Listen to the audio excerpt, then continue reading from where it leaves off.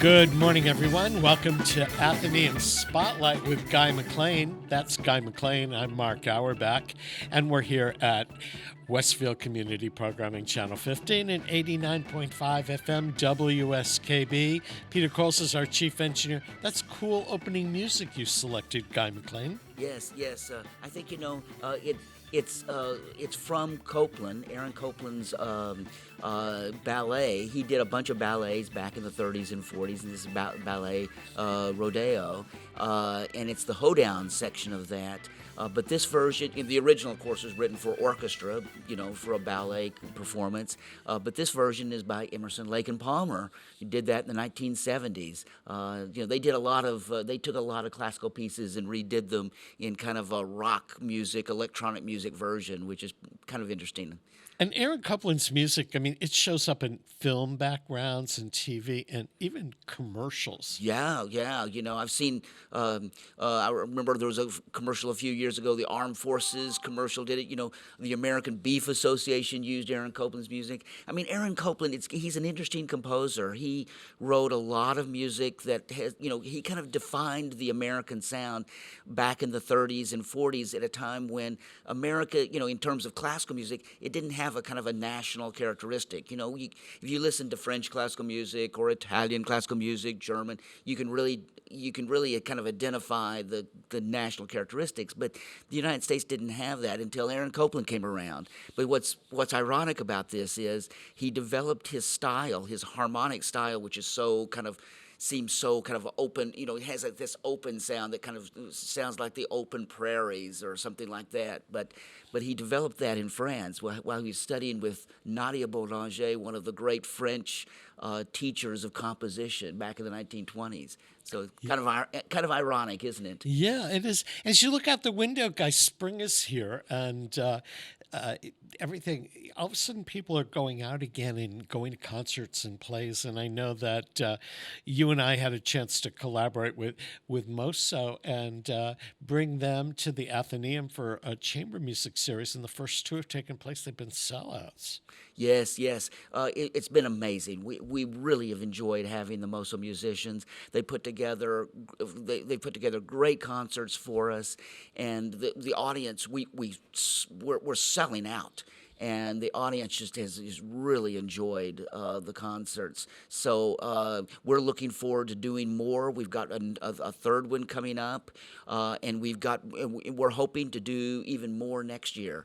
We'd like to do a whole series of chamber music concerts next year. Well, I think that's really exciting. And on the second half of our program, Marsha Harbison, who's the assistant concert mistress of both Moso and the Springfield Symphony Orchestra, is going to join us on the program. We'll find out what a concert mistress does. Yes, that'll be an interesting conversation, won't it? Yeah, I don't know what I've done work with orchestras over the years. I'm not sure exactly what a concert master or concert mistress does, and Marsha will certainly tell us. And yes. Marsha's the one that's putting together the May program at the Athenaeum.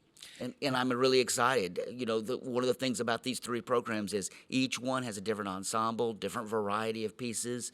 It's really great, real nice selection. And Moso itself is trying to do different kinds of work now. The March 26th, they did a program at Symphony called Moso's Virtuosos, where they featured members of their own orchestra. The soloists, Tom Bergeron, who's the trumpet player, and Martin Kluger, the timpani player, took turns conducting. And the entire ensemble will be back in June with a Pops concert celebrating the music of the late Broadway composer Stephen Sondheim. That's who, exciting. As you know, Landmark is a composer and a lyricist. Wrote scores to A Little Night Music, Folly, Sweeney Todd, Company's on Broadway again, completely reconfigured, Assassins, Pacific Overtures, and more, and more, and more. And Sondheim's music is appreciated in the Symphonic Hall and on the opera stage as well as musical theater for which it was written. Yeah, and I think Sondheim, he is going to go down as one of the great Broadway composers. I think his Broadway, we think of Broadway musicals as kind of popular entertainment, but I think we're already seeing opera houses pick up Sondheim musicals and perform them in the opera houses. And so I think just like there's a tradition, a lot of people don't realize that operas that are performed by the Metropolitan Opera today many times were in a more popular music form. Like, for instance, Carmen, Bizet's Carmen, written in the late 19th century, was actually like a Broadway musical. It actually had spoken parts. It wasn't sung all the way through. Mozart's Magic Flute was called a Singspiel, which is basically a spoken play is what that means. And so that was, even though that's performed in opera houses today, that's really a musical. And so I think Sondheim is going to contribute to the history of opera, even though we think of him as a Broadway musical composer. We think of him that way, but when after Sweeney Todd opened on Broadway in the late 1970s, I think it was 1979, and it was a artistic hit. It won every Tony Award, every Drama Critics Award, and everything else, but it did not have a run on Broadway like Wicked did or some of the other populous shows. But the next revivals of it were at Houston Grand Opera, New York City Opera, and now it's at home in the Opera House. It's at home on a Broadway stage or in a concert version. And you also see it in some of the small theaters. K&E Theater Company, which is a real small theater company here in Western Massachusetts, did it in, I believe, at the Center for the Arts in Northampton. Yeah. And so it plays big, it plays small. Right. And it seems like every year there's a Sondheim show on Broadway, a revival or a new one. This year, Barrington Stage is doing a Little Night Music, which is one of my favorites. It's based on the Swedish film Smiles of a Summer Night. And most people know it because Judy Collins took a song from it called Send in the Clowns and turned it top 40. There we go. Yeah, very popular song. I mean, that's the thing about Sondheim that's very interesting is he's really a very serious composer, but yet he's written songs that have been some of the most popular songs of the last 50 or 60 years. He's really an incredible composer. Incredible, I think opera and musicals take a very special talent. You can't get away with just being a good composer. You have to really understand theater and how theater works. And Sondheim really understood that completely. Yeah, I'm not a big classical music listener. When I'm at home or, driving and stuff, it isn't the first thing that comes to mind. Show tunes do. But when Sondheim died over Thanksgiving weekend last year, I spent the weekend listening to his music almost nonstop. And people talk about it. You hear it. Company is revived on Broadway right now. They changed the gender of the lead character from male to female. And it's been rethought out, and it's a sellout. It's a huge hit. And 50 years after it originated, and a couple of years ago on Broadway was a revival of Follies, which is legendary. And that's over 50 years old. And every year, somewhere, there's a production of Sondheim either on Broadway, on tour, or in one of the regional theaters around. Yeah, it's quite incredible. And so that should be a great program that Most is putting together. It'll be great to hear what they do with it, kind of the orchestral versions of some of his music. Well, you just told me before we went on the show that you had sung in the Springfield Symphony Chorus. Yes, I really enjoyed that. Every year we would do a big choral, orchestral choral work, everything from Mozart's Requiem and Beethoven's Missa Solemnis to modern things. We did, a piece by Michael Tippett, British 20th century composer. We did Brahms' Deutsch Requiem, a great massive work. It was great. It was a great experience to do that. And I did that for a number of years and really enjoyed it. Why did you retire? Well, one of the problems is, you get older, it's hard to do the standing. In choruses, you have to stand for long periods of time. And I was having back problems for a while there and just couldn't stand for the sometimes 2 hours or more that you needed to be able to stand for the choruses. So, that became a problem for me. But boy, I really enjoyed doing it for so many years. It was really nice. So, would you ever go back and do it again Oh, absolutely. I would love to do if they had a chorus that sat? Yeah, yes, that's right. They had a chorus that sat, yeah. A chorus of in lounge. Right. But chair. it's hard to sing when you're sitting. I don't, if you're really trying to project your voice and this sort of thing, you need to be standing. Much easier. I'm always amazed at opera or opera performers who many times are in very unusual, laying down or in other unusual positions, and yet they can project to the back of the auditorium. It's quite incredible. Because to me, I always had trouble singing unless I was standing. Well, the unrealistic nature of opera always kind of intrigued me, like in Traviata, where Violetta, the lead, who's a courtesan who's dying of consumption and tuberculosis, Yes. and she can barely breathe, but she can sing for 20 minutes. Yeah. It's like, She's singing these wonderful, very strong, arias. They go all the, that are heard 200 feet back. As she dies. Yes. yeah. Yes. I mean, Quite I remember incredible. when I worked in Houston at the Houston Opera, they had this incredible production of Traviata with Catherine Malfitano Yes. singing Violetta, and it was set. I think it was more modernistic in its setting and everything. And the fourth act, where she's dying of tuberculosis and she's lying there, and she's lying on her back on the floor and singing unmiked in a huge opera house. You can hear her up in the top row and everything. Yes. But that's what opera to me is kind of intriguing. You can have people that are just these incredible voices, and in these action operas where in real life they could not stand up and move. There was a production of Tosca with Montserrat Caballé and Luciano Pavarotti.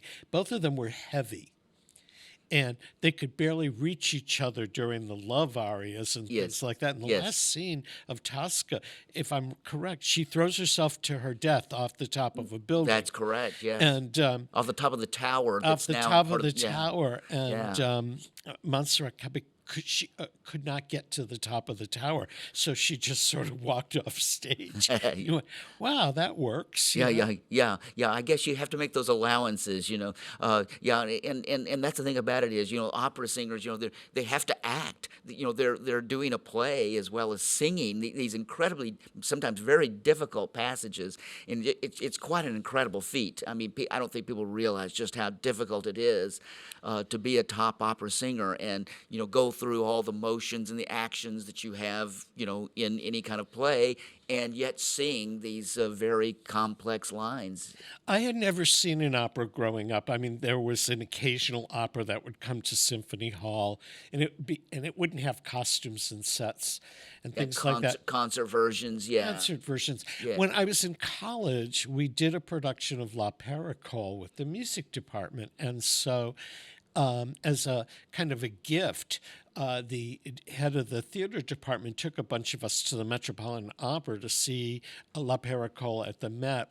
With Cyril Richard was in it, playing one of the leads, and I'd never been to the Metropolitan Opera. I was more intrigued with the chandeliers going up and down Yes. than I was with the actual performance. And I Yes. thought, it was so big, it was so much larger than life. But then I worked at Wolf Trap, and City Opera played there every summer for 2 weeks, and the Met played there every summer for a week. And so I was ensconced into watching what it took to put an opera on stage. Yeah. And one of the stars of City Opera was Beverly Sills, who was a popular singer. In addition, I mean, everything that Beverly Sills did, whether it was television or film or everything else, she was popular with She the was a general huge population. celebrity at that time, yes. She was. And watching her put on a show versus some of the metropolitan singers that came from the opera houses abroad, and there was a production of Traviata.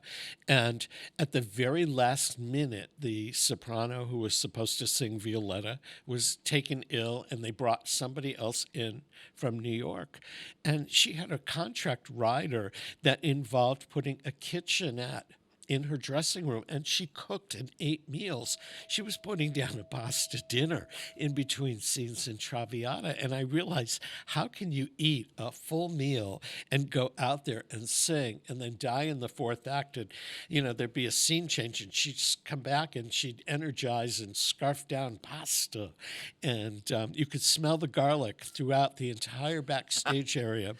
And then you'd have somebody like Beverly Sills and that crew from City Opera, which was like the chorus of a Broadway show, completely different mindset and all that. But Yeah, the New York City Opera. One thing was really innovative about the New York City Opera was that they took a much more they were much more like a Broadway musical. They did productions that were more modern, had more of a flair. Also, the choice of repertoire. They would do a lot more modern things than the Metropolitan. The Metropolitan was always kind of the conservative opera house that did the old standards. The New York City Opera was the innovative opera house that did really kind of new productions, and Beverly Sills really led the charge for many years there and did great work there. I think one of the great losses to this country culturally was the loss of the New York City Ballet of just about a decade ago, because the innovations they brought about in opera were really amazing. Their whole philosophy was to bring opera to the people and not make it something that was kind of for kind of the elite. they were actually ahead of their time in some ways. The City Opera unfortunately folded. Yeah. But before it folded, one of the last operas they did was a modern opera that started in, I think it had its premiere in London, but it was the story of Anna Nicole Smith, who had just died. Yes. And the rise of American celebrity and fame. It could have been. It was a fascinating story based on her life and all that, but it could have been the life of Marilyn Monroe or anybody else who had their big flash of fame kind of thing, while the Metropolitan was doing yet another production of Don Giovanni. Right. Well, and another one of the great operas that I really enjoyed the New York City Opera doing. Richard Danielpour did an opera version of Toni Morrison's Pulitzer Prize winning novel Beloved. Which I thought was just, it was called Margaret Gardner. It was a beautiful opera. Richard Danielpour is a composer who's based in New York and has done some wonderful work. And he put together this opera, and I thought the New York City Opera just did a wonderful production of that. And here was an opera that was very, very relevant. Toni Morrison actually did her own libretto based on her novel. And I just thought that was one of the best productions I had seen in opera in decades. And that was done by the New York City Opera. Yeah. Well, it's interesting because last summer you and I had the chance to go out and cover an opera at Berkshire Opera Festival. It was called Glory Denied. And it's based on the true story of the last prisoner of war, American soldier, prisoner of war in Vietnam, who comes home after 9 or 10 years to find out that his wife had married somebody else. They presumed he was dead, and he was abandoned, and the country at that time was very anti-war, so he wasn't considered a hero. And it was a modern opera that really took on some contemporary themes, so much different than anything else. And they're coming back this summer. They just announced their season. They're doing Don Giovanni at the Mehewi is their main opera. And their second, the more contemporary one, is Jake Heggie's Three Decembers, which is based on a play by the late playwright Terrence McNally, who had a Broadway history. And this is about a family coming apart during the age of AIDS. So modern opera can be great theater. Yeah. And I think there's a lot of great productions. John Adams has written some great operas that address themes like his opera Dr. Atomic, about the development of the atomic bomb during World War II, is a really interesting opera. Or Nixon in China. Nixon in China. The scene with Nixon and Pat Nixon arriving in China with the Boeing 747 jumbo jet. Right, on the stage. Yeah, that's just remarkable. And there's some great music, the Foxtrot dance, where apparently Nixon, all the celebrity, all these, politicians, both Chinese and American, that are at this conference are dancing. And John Adams wrote this great music to it. He's done a lot of great opera work, along with Hagee and several other American composers that are doing things that are very relevant to today, but yet, it's opera. In some cases, some of the composers are using kind of a traditional vocabulary. Others are moving, using some really contemporary sounds and putting it together. So I think that's one of the things is people tend to associate opera as being kind of the old metropolitan style opera, but there's a lot of innovative work going on in musical theater in America today. Before we take a break to acknowledge underwriters and come back with a guest, what's going on at the Athenaeum in the month of April, May, and June? Yeah, we've got a lot of great programs in mind. We're going to, now that things are really opening up, we're really increasing our programming. We've got some great art exhibits coming up. The show that's going to kind of dominate our summer is an exhibit of the art of Ruth Kerr, who's an artist in East Hampton doing really innovative work. She's an artist who's exhibited across the country, and she lives here in Western Mass, and so we're going to feature her at the Athenaeum. So that's going to be a great show for people to see. She does work based on issues affecting women today. Domestic violence, other kinds of issues like that. But her paintings are just beautiful. They're very colorful, very dramatic, and she does really large work. We're going to fill up the Rand gallery there with her work, and so that's going to be a great show that everybody should get to the Athenaeum to check out. But we're hoping to do some concerts this summer. Then, of course, this summer also too, we have summer reading program, which is great fun, great opportunity to get involved. And we have a children's version for the kids for summer reading, but we have an adult version too, and there's prizes. We have prizes and all kinds of activities involved with that. So a lot of great things coming up. And of course, with April brings school vacation week, will there be a vacation program for kids? Oh yeah, we'll do a lot of programming that week. We always try to do that. Various crafts things, various reading programs. We'll do all kinds of things to keep the kids active during that week. So where do people find out that are listening? I can't believe anybody will have tuned in for the first time today and listening to Athenaeum Spotlight who doesn't know what the Westfield Athenaeum is. But just in case, where do they find out all this information? Well, the best thing to do is go to our website, WestAth, WESTATH, short for Athenaeum. .org, westath.org, and I recommend to people just check it out once a week because we have so many programs. It makes sense to go back and just check out the programs, go to the events section and see what we're doing because there's always something interesting going on at the Athenaeum. Now, I know you're also very active on Facebook. I should say the Westfield Athenaeum is very active on Facebook. Guy McClain is not. But yes. There's a robust Facebook page where people can... Yeah. People, we are connected with all the social media outlets, so people can definitely access what we're doing through social media, Facebook or Instagram. But to me, it's always just easiest just to go to the web page and check out the programming there. And is everything open again? I mean, do you require masks anymore? We are totally open now. We're open, 6 days a week, and masks are not required anymore. We recommend, we say, just to make people feel more comfortable, we recommend that people continue to wear masks, but they don't have to. And a lot of the programs, people are not wearing masks. The program, so we leave that as an optional thing for people. And I think that's the best approach at this point. Yeah.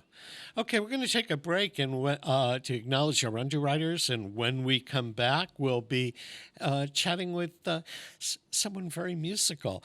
You're listening to us on 89.5 FM WSKB or watching us on Westfield Community Programming Channel 15. If you've missed a part of today's programming or you want to catch it again or share it with your friends, it's stored on YouTube at WSKB Community Radio, along with a whole bunch of other Athenaeum spotlights. When I drove in this morning, so we could record this, Athenaeum Spotlight was on WSKB. It was my company on the way to work. Very good. Yeah, I could hear the voice of Guy McClain as I came out. I can't remember what the new exit number is, but the old exit 3 by the airport. So there's a lot of Athenaeum Spotlight on our airwaves. Peter Coles is our chief engineer. I'm Mark Auerbach, and we'll return in just a couple of minutes. Underwriting support for the community programming of WSKB is provided by the Greater Westfield Chamber of Commerce, the voice of business for the Greater Westfield communities. Informing, educating, advocating, the Chamber provides opportunities for members to make meaningful connections on local, regional, and state levels. For more information on the Chamber's many events, workshops, and programs, as well as the benefits of membership, visit westfieldbiz.org. The Chamber focuses on the most important economy, yours. Support for community radio on WSKB is provided by Betts Plumbing and Heating Supply Company, an independent, family-owned wholesaler serving Westfield for over 50 years, specializing in plumbing, heating, and industrial piping supplies. On the web at bettsplumbing.com or at 14 Coleman Avenue in Westfield. Support for the community programming of WSKB is provided by the Dunkin' Donut Shops of Westfield and the Sardinia family. It's nice to know that even as the world changes, Dunkin' Coffee remains the same at 7 convenient locations throughout Westfield. Hi, it's Bob Plass, and I have Wow, It's Tuesday, every Tuesday, 6 to 8. Wow, it's Tuesday. Community Radio. 89.5 WSKB. I did it!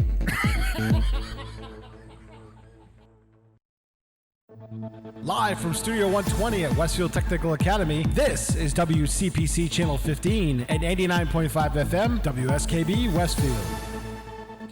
Welcome back to Athenaeum Spotlight, everyone. I'm Mark Auerbach. This is Guy McClain, and we have a guest this morning from the Assistant Concert Master of MOSO, the musicians of the Springfield Symphony Orchestra and the Springfield Symphony Orchestra, Marsha Harbison. Good morning, Marsha. You need to turn your volume on. All these technical problems, right? You know. Yeah. Got it. We'll take two. How are you, Marsha? Good. How are you? Good. Marsha, Guy McClain, Marsha Harbison. We were talking before we went on the air this morning, Marsha. What does a concert mistress or a concert master do? Well, one duty is to put in all the bowings in the parts so that everybody's going up and down at the same time with their bows. And then also there are often solos in the different pieces that we play. And so you're expected to learn all the solos. And as the assistant concertmaster, I always practice all the solos in case I need to play them. And that's happened many times. I'm sure. And you're the one that walks out there before the show starts and gets everybody to tune to the right key. Well, that's the concertmaster. If I'm playing concertmaster, that happens, yeah. Yeah. And how do you know that everybody's in the right key when you do that? Well, the oboe player plays an A, and all the string players and everybody tunes to the same A. It's a 440 vibrations per second or something like that. Yeah. So when you're sitting there performing with an orchestra, can you see all the sections of the, I mean, you obviously see the conductor, but can you see and hear what the other musicians are playing? Oh yeah, definitely. And if you were not in that part of the violin section, let's say you were the tuba player, would you hear the same music or do you hear different things more strongly?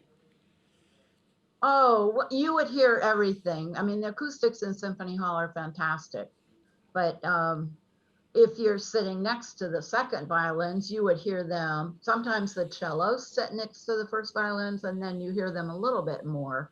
But you definitely hear everybody. We always are listening to everybody so that we're always playing together. Now, Guy and I had talked about some of the questions we were going to ask you this morning, but as I was driving in, somebody asked me to ask you a question. So I'm asking you something that Guy and I didn't discuss. How did you get into music in the first place? Well, um, everybody in my family started playing the piano at age 5, and then I started the violin at age 7.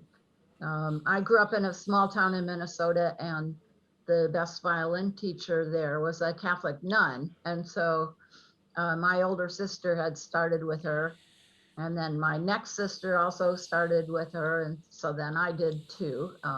My middle sister switched to flute because she couldn't stand playing out of tune. But we all just played instruments, and we had a lot of fun growing up together playing instruments. Were your parents musical, or did you all just take it up on your own? My mother played the piano, and my dad played trombone in a jazz band in high school and liked to sing in the church choir. They just encouraged it as an activity for us. They didn't want us to go into it professionally because they knew it was a difficult profession, but they did encourage us to practice and play. I think it's very interesting that you talk about the fact that it seemed like everyone in your family was playing. I've read recently that the best predictor of people who go to symphony orchestra concerts on a regular basis is, did they learn to play an instrument? Was the family interested in music? Did the parents play instruments, and did they learn to play a musical instrument? That was much more important than education or income level or any of those other factors in who went to symphony orchestra concerts as adults. So I think it's an interesting that your family seemed to be very musical. Mhm. Yeah, I think it's true. I think you will have a much more engaged audience if they've played an instrument and kind of identify with doing that. And don't you think that's a little bit of a problem today in America? It seems like fewer and fewer people are taking piano lessons or learning a musical instrument, and I think that's making it hard for a symphony orchestra. The educational aspect. Many people in the audience are not as informed as they used to be in days when everybody played a musical instrument. Don't you think that's been a problem Yeah. lately? Oh, yeah, definitely. That's why I've always been fighting to improve the music departments in all the public schools, and why the symphony players have always gone out and played in the schools, and also I think why sometimes in chamber music or in a symphony concert, the conductor will say a few words about the pieces, because I think it really helps to have people have a little bit of understanding and something to look forward to hearing, and kind of feel involved in it that way. Now, you married a man who's a musician, is also a physician and a musician. Did your children study Yeah. music and take it up with the same interests that you did as a kid? Yeah, we had them all start on piano, and then our daughter on violin. She is a emergency room doctor in Boston, but she still plays the violin in the Longwood Symphony, which is a wonderful orchestra. It's an amateur group, but all their proceeds go to medical research and foundations. And so she's kept it up, and it's been a lifesaver for her. Our first son then played trumpet and played in a jazz band all through college. And our youngest son played trombone and also played in jazz band all through college. So they all started on piano too. So it was fun for them, and great to have them all do music as well as different sports. Yeah. So you've been very involved with the Athenaeum in planning, in helping MOSO get a chamber music series up and going in Westfield. At the same time, you programmed some chamber music for the Adult Center in Long Meadow. There's a program coming up in May 19th at the Athenaeum, and although the program's not finalized, you want to give us a hint of maybe one or two of the things you're thinking about? Oh, yeah, sure. It's going to be flute, violin, viola, cello, and piano. And I think the flute player is Ellen Redmond, who lives in Westfield. And I also thought, since there's a large Russian community in Westfield, I think they're mostly Ukrainians, that we would have Boris Kogan, who's a cellist in our orchestra, who's Russian, and his wife Sophie, who plays piano, to be involved also. And then we have our principal violist, Ron Gorovic, playing. And I think we're going to start with a Mozart flute quartet, which is a wonderful piece. And we're going to include some French pieces by Ibert for flute, violin, and piano, and then a couple of, one beautiful piece I'm going to play with piano by Florence Price, who's become very kind of revived as a composer. She's an early Black, African, Black American, I guess you say, composer, female composer from, she's not living anymore, but she wrote this beautiful piece called Adoration that I'm going to include, and then a beautiful piece by Rachmaninoff that I made an arrangement for violin and cello and piano. It's from a song called It's Peaceful Here. And let's see what else. I think a Fauré, a French piece, and a Ibert, which is also a French piece. And then we'll probably close with a fun arrangement of a Gershwin promenade. It's called Walking the Dog, which is a lot of fun. That sounds like a very exciting program. I'm really excited. It sounds like a great variety, and I'm definitely looking forward to the Ibert and the Fauré. Fauré is one of my favorite composers. A lot of people, I think Americans especially, he's well known in France, but I don't think Americans know Fauré very much because he didn't write a lot of orchestral music, but he wrote wonderful chamber music. So I'm really excited about that. That's a real opportunity for people to hear Fauré, who I think is really one of the great French composers, late 19th, early 20th century, lived at the same time as Ravel and Debussy. So that's going to be a real treat. And Ibert wrote some wonderful pieces, so that'll be really great. And the Rachmaninoff, I'm not familiar with anything written for a small chamber group by Rachmaninoff. What's going to be the ensemble for the Rachmaninoff? Violin, cello, and piano. It's a transcription of a song that he wrote for voice and piano. It's absolutely gorgeous. Right. Yeah, a lot of people don't realize. I mean, everybody thinks of Rachmaninoff, the great piano concertos and this sort of thing. But he wrote some wonderful songs. That's going to be a real treat for people as well. That's going to be a great concert. I'm really looking forward to that. Lots of good variety there. Yeah. I like to program a lot of kind of short pieces of keep people awake and keep them clapping. Yeah, there we go. Yes. Yeah. And Marsha knows that my attention span's about 8 minutes, so. Yeah. You get the opportunity. We're getting a plug for the Moso coffee then, right? Yeah, we should plug that. I don't know if you know this guy, but Monsoon Roasteries up in Gasoline Alley in Springfield created a customized Arabica blend of coffee, which they named Moso Mojo. Oh, that's great. Okay, and it launched when we did, it was there for our March 26th concert, which just happened. And I immediately, when they told us they were doing it, I went out and ordered a bunch of them. Yes. It comes in a really fabulously designed canister, and proceeds benefit Moso. But Look at she. yeah. Spin it around, Marsha. Yeah, I just got some yesterday. Yeah, isn't it? The design is great. What did you think of it? I like it. It's a good morning coffee. Well, I haven't opened it yet. You see, it's still sealed up. Yeah. Yeah.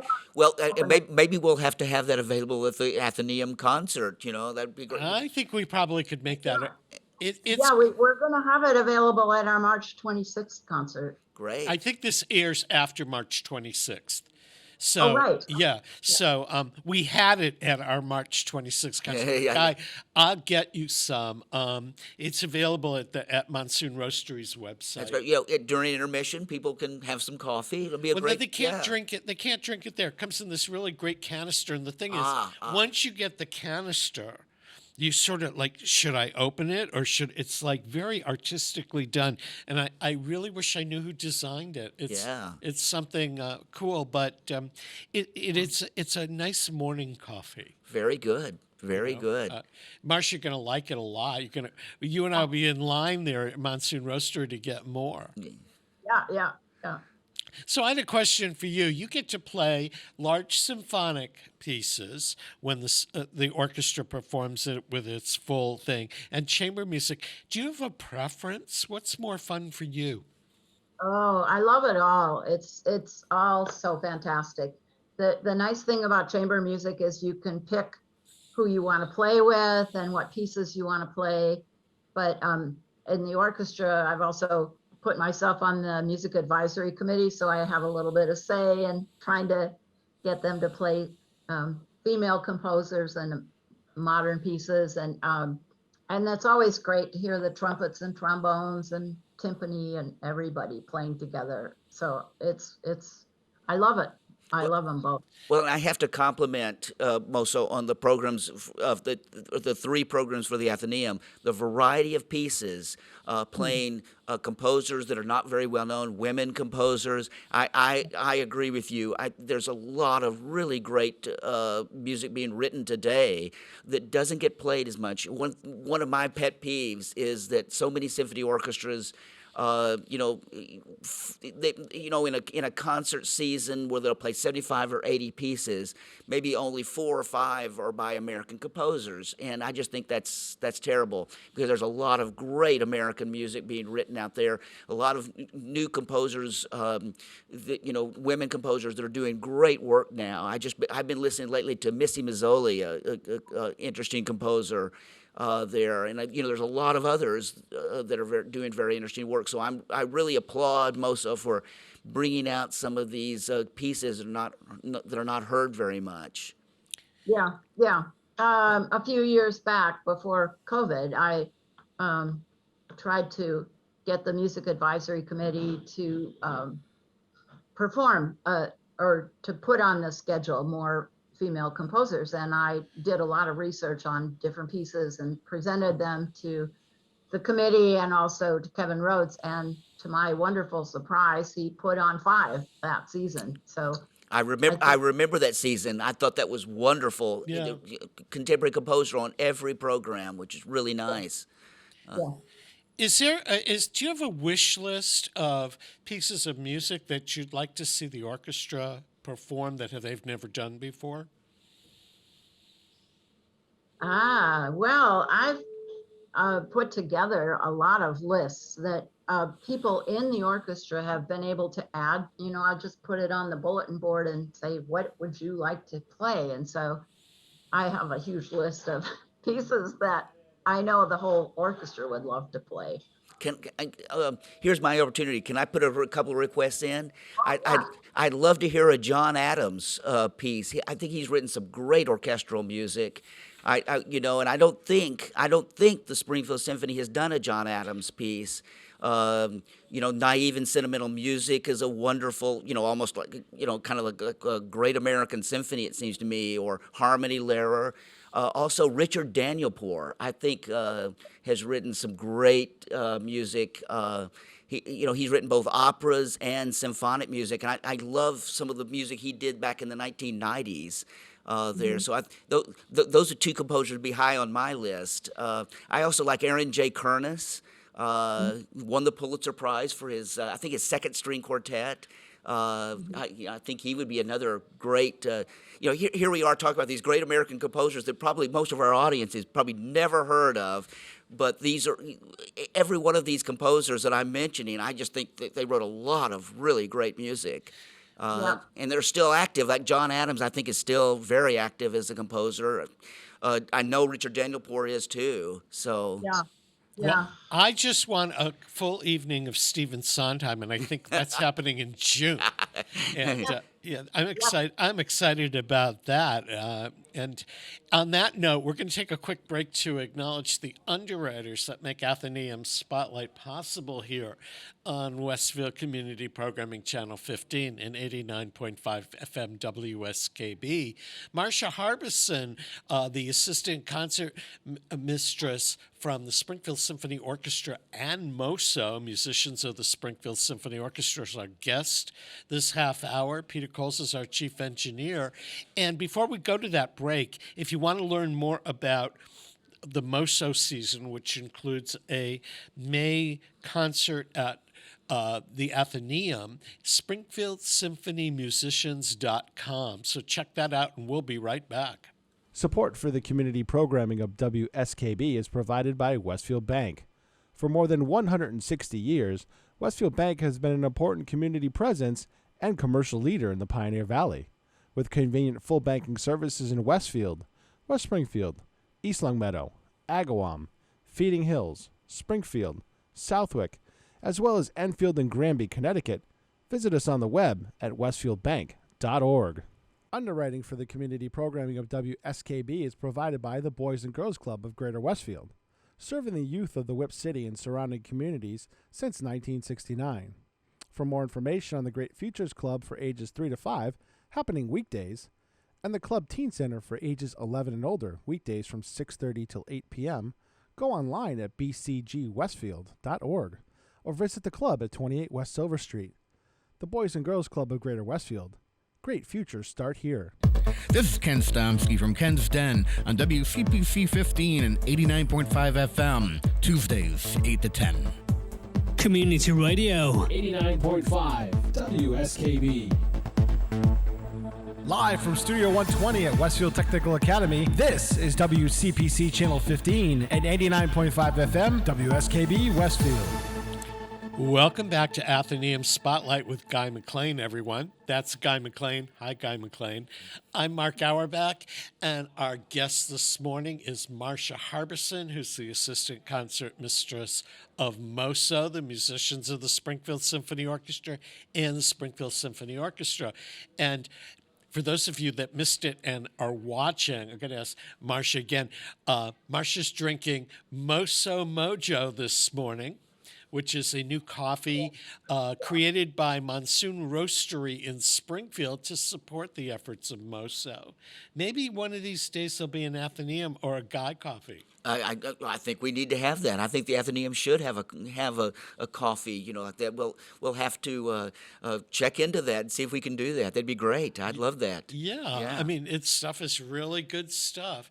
So, Marsha, we were talking a little bit about the May concert at the Athenaeum, and then there's a June Sondheim concert up and coming. And I probably should add that the MOSO musicians are the brass quintet, and one of the viola players, Dolores Thayer, have been asked to perform at the inauguration of the president of Bay Path University, which takes place on April 8th at Symphony Hall in Springfield, and that is open to the public. I know that I've seen the playlist, if you want to call it that. And what's interesting is that the incoming president at Bay Path University is a viola player. Oh, really? Yeah. Yeah, that's very interesting. So that should be kind of an interesting thing. And they're working on programs up and coming, but the May program at the Athenaeum, how do people get tickets for that? There's two ways that people can get tickets. Yeah. there are two ways that people can get tickets at the Athenaeum for our May concert.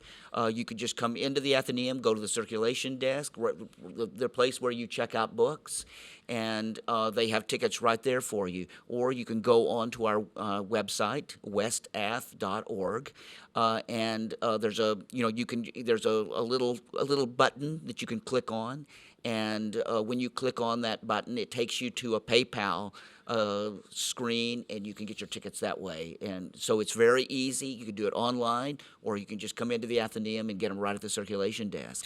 And I understand that the March one sold out, so people should not wait till the last minute. Yes, I would say get tickets quickly. You know, we have a great auditorium, the Lang Auditorium at the Athenaeum, but it's fairly small.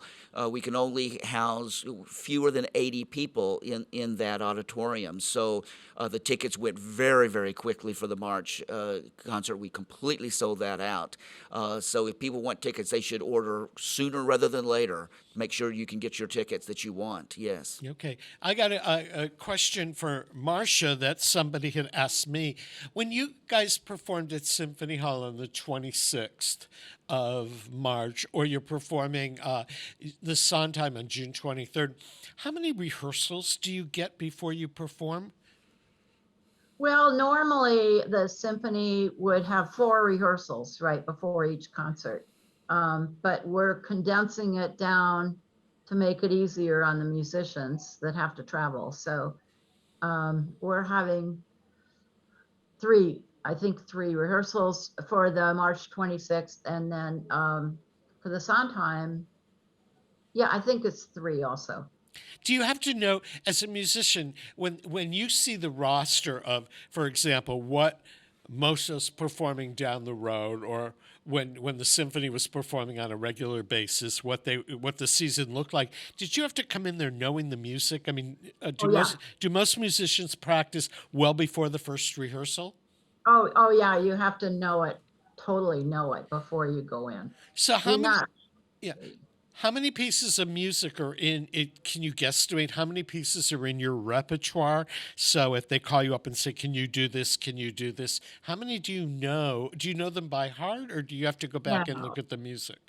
Yeah, I need to look at the music. Yeah. It's a zillion. I mean, I've been playing in the symphony since 1977 when we moved here. And before that, I was playing professionally in New York City and then in Montreal. So I think I've played a ton of repertoire. So not age-wise, but in number of years at the orchestra, you're one of the veterans at this point, right? Yeah. Has there anybody in the current orchestra that's been there as long as you? I think Karen Wilson, maybe a couple others. Maybe a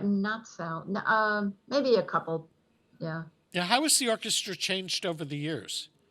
Oh, it's gotten much better. And the conductors have always gotten better too. Yeah. I mean, when we both were at the symphony at the same time, the conductor was Robert Guter. Yes. Who, I don't know what else he did. I mean, he conducted a little bit in Eastern Europe, but I think the Springfield Symphony was primarily his year-round thing. And then you have somebody like Kevin Rhodes, who conducts all over the world. But the quality and the caliber of the conductors has gotten better and better over the years. Definitely. And I think one thing that's very interesting about, we live in an area where we're close to New York City, Boston, and other centers. And so a lot of people don't realize, I think, that a lot of the Springfield Symphony musicians come from all around the region which means we can draw, really high quality musicians from all over the region. And that means the Springfield Symphony can put together some great performances because of that. I think it's something that a lot of people don't realize. Yeah. That's really good. Yeah. Yeah. The other thing that people don't realize is that for the musicians of Moso and the symphony, they have to carve together a living working with a lot of different orchestras. So somebody like the principal tuba player has been Steve Perry, who's been on my program multiple times. Steve performs as the principal tuba player for Springfield and Hartford, and he teaches, and he does brass quintets he's developed the brass quintet for Moso, which performed a holiday concert in Longmeadow, performing at Bay Path. They'll be performing this summer in Springfield. They really have to piece together a lot of things, and we have other musicians. One of the bass players, Alex Svensson, performs for the Springfield Symphony, the Vermont Symphony, and they really chock full calendars. And I don't know how a musician can keep that calendar straight and keep all the schedules and rehearsals and everything else together. Yeah, a lot of our players do play in other orchestras. They have to, because our season isn't very big. So we have players from New York City and Boston and all over the place, right? And they play in Hartford, Rhode Island, Vermont.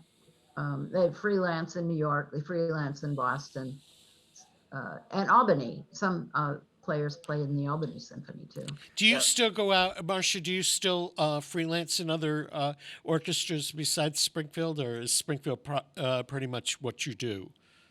That's pretty much what I do. I was pretty busy bringing up kids, and then now I'm babysitting grandkids, and so I haven't traveled that much. To play other orchestras, We're just about out of time, so kind of give us a run through again of what the May concert at the Athenaeum may include. Oh, sure.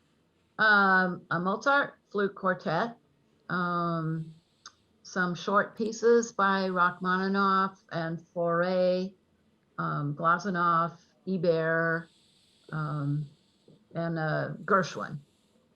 The Gershwins for me. Yeah, I'm so looking forward to that concert. What a great variety! I'm so you put together a great program. I can't wait. That's exciting. That's really exciting. And that sort of wraps up today's program of Athenaeum Spotlight. Our guest this morning has been Marsha Harbison, who's the assistant concertmaster of the Springfield Symphony Orchestra, and Moso, the musicians of the Springfield Symphony. If you want to find out more about what Moso is doing, you can find out at springfieldsymphonymusicians.com. If you want to find out about the May 19th Moso concert at the Athenaeum, go to westath.org, and we'll have all the information there for you, and a PayPal link that allows you to buy your tickets. That sounds great. So that wraps up this program for today. Peter Coles has been our chief engineer. Marsha, thanks for being here with us. Thank you. Guy McClain, always a pleasure. I'm Mark Auerbach. If you missed a part of today's program or you want to watch it again, share it with your friends. You'll find it archived on WSKB Community Radio's YouTube page. And we'll see you next week with another edition of On the Mark or Athenaeum Spotlight. Sing, Rosalie! Raise that golden voice and song. Let them know that Schlegel's Grand Imperial Cirque de Paris has come to town. Direct from Vienna for 7 days only at popular prices. These wonders of wonders whose dazzle and daring and fabulous feats